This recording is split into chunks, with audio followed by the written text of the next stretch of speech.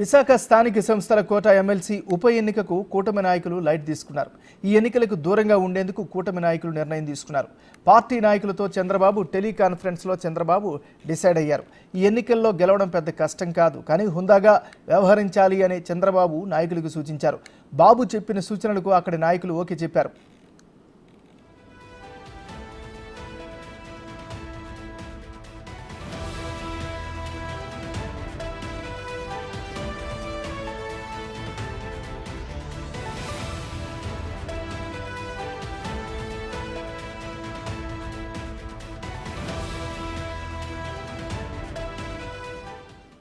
నాటి స్థానిక ఎన్నికల్లో వైసీపీ ప్రభుత్వ అక్రమాల కారణంగా ఆ రోజు టీడీపీ ఎన్నికల్లో పోటీకి దూరంగా ఉంది.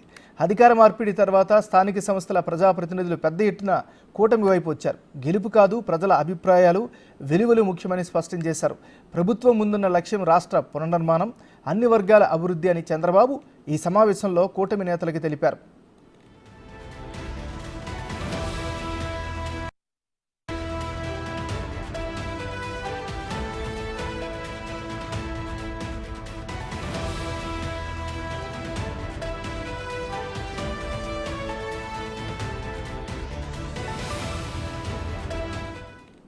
ఉమ్మడి విశాఖ జిల్లా స్థానిక సంస్థల ఎమ్మెల్సీ ఉప ఎన్నికలో పోటీ చేయరాదని టీడీపీ అధినాయకత్వం నిర్ణయించింది.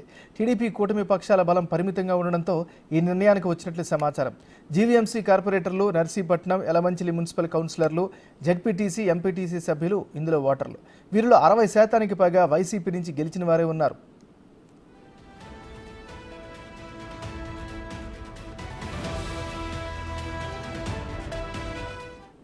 విశాఖ ఎమ్మెల్సీ స్థానానికి వైసీపీ అభ్యర్థిగా మాజీ మంత్రి బొత్స సత్యనారాయణ నామినేషన్ వేశారు.